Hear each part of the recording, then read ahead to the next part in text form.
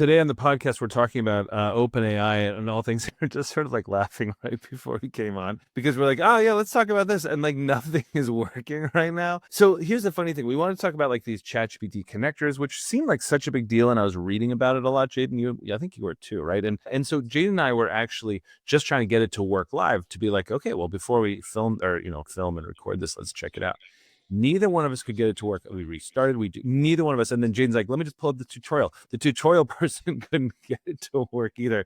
By the way, ChatGPT had a ton of outages today. That was driving me crazy. But Jaeden, you were looking at this too, right? So the connectors, it seems like a great thing, right? It's like one of these things where, just basically these are the secure links between ChatGPT and your, these third-party apps, right? Like Google Drive, Gmail, Outlook, HubSpot, GitHub, and it's supposed to let ChatGPT access all your files, the emails, all that sort of stuff, right? And so you can go, here's what you do, guys. You go into settings, there's a little thing that says connectors, and then it shows like all these things. It shows Gmail, it shows Google Calendar, it has OneDrive, it has like all these Microsoft things, all that sort of stuff.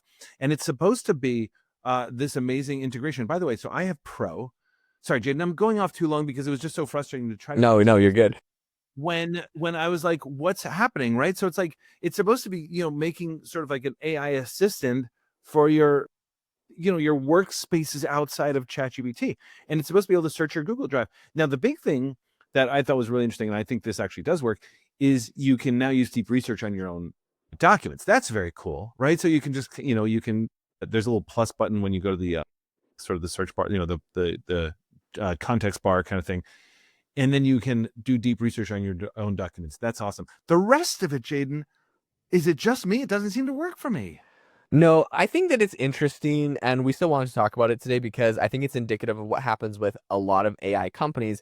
Typically, though, this is something that I feel like I see with like an up-and-coming startup, and I hate it when it bleeds into the big AI companies. And if I'm being honest, I think everybody's guilty of it, from Apple being delayed on Siri to Google with some of their Gemini demos and OpenAI now with this. You have an amazing vision, but the execution isn't exactly there. And will it get there? Yeah, it will. A case in point, I think, would be Operator. When I first tried ChatGPT Operator, they released it, and it was not very good. It was $200, and I kind of tried to get it to do some tasks. It wasn't very efficient. Turned it off. I've retried it now that they added their reasoning model, and now it can do a lot of the tasks I needed in the past. So they really like to run and be on the very bleeding edge. I think this is probably why we have companies like Apple that are like delaying their Siri launch an entire year because they want it to work perfectly. But it is pretty disappointing in the case of ChatGPT here, where they have these integrations and technically it should be able to do some really incredible things for you, and it just struggles. So we specifically I was excited about the Gmail because I like, man, if I can like connect to my Gmail and ask it questions about my Gmail, that'd be amazing. I also connected it to my calendar. So anyways, you go into the settings, click connectors, add your calendar. And I said, do I have anything on my calendar today? And it's like, I can't see your calendar directly. So I tried switching the models. I tried turning on deep research. I tried literally everything.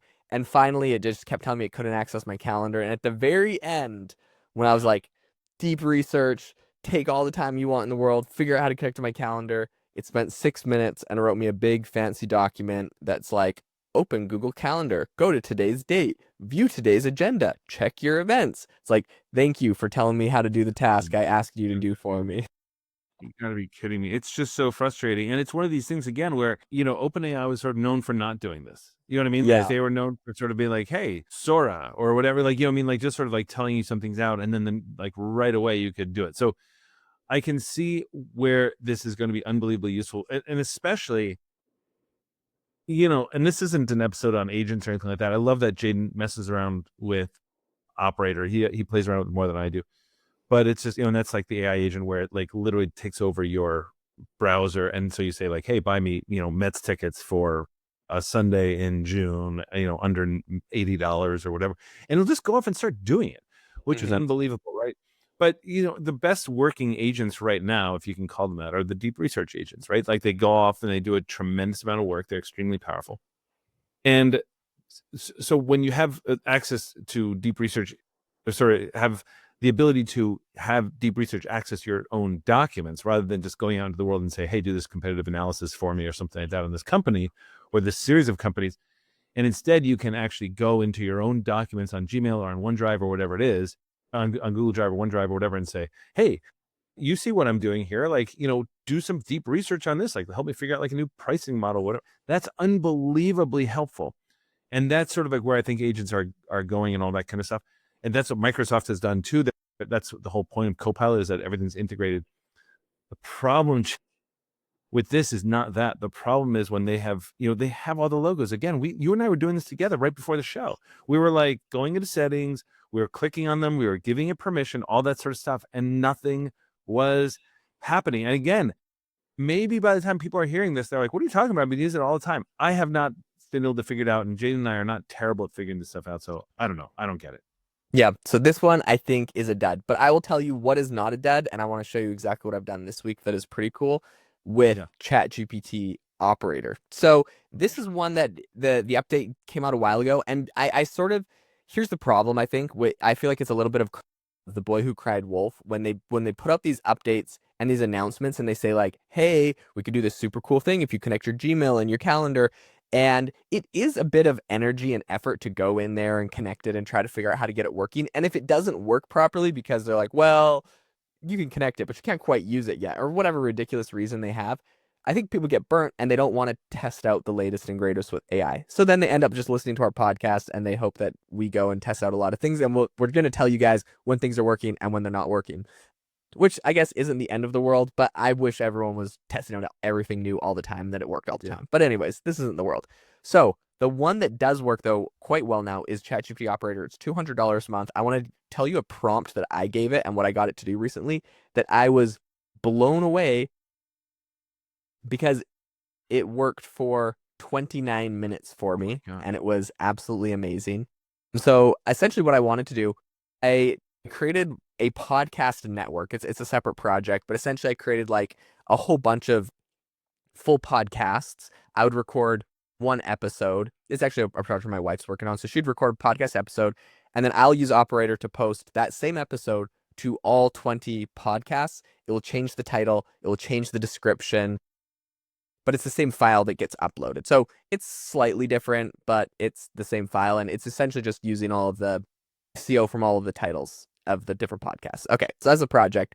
In the past, I had virtual assistants do things like this for me because uploading, I think I might have had like 20 different podcasts for you to log in and upload and download, upload. The whole thing is just like a huge pain. So I essentially gave it a link to a Google Drive with the file on it. It was able to go there and download it, which I was really impressed that it could download. It then went, I gave it the username and password, which I'm showing on screen here, so I probably have to go change my password after this episode, but it's all good. It's for the name of the game. It's automatically generated password. But you have the password, so it goes and logs in, and then I just told it like go and repost that into all of these different podcast channels. So it was able to go do all of that, change the title and description. I gave it what the original one was, and then I put a link in the bottom of the prompt of a link that it should paste in there to promote something.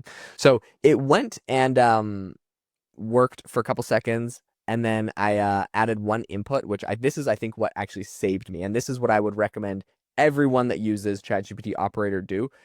You need to actually tell it, because it's gonna do like a little bit of the task. Like it's gonna go download the file, and it's like, hey, download the file. You want me to continue? And you're like, yeah, continue. And it's like, all right, I logged into the account. You want me to continue? And you're like, yes, continue. Like, stop asking me. So what I actually specifically told it to do, and I would recommend everyone do, is say, do not ask me for any input until everything is done. This is the golden ticket that I essentially told it to do.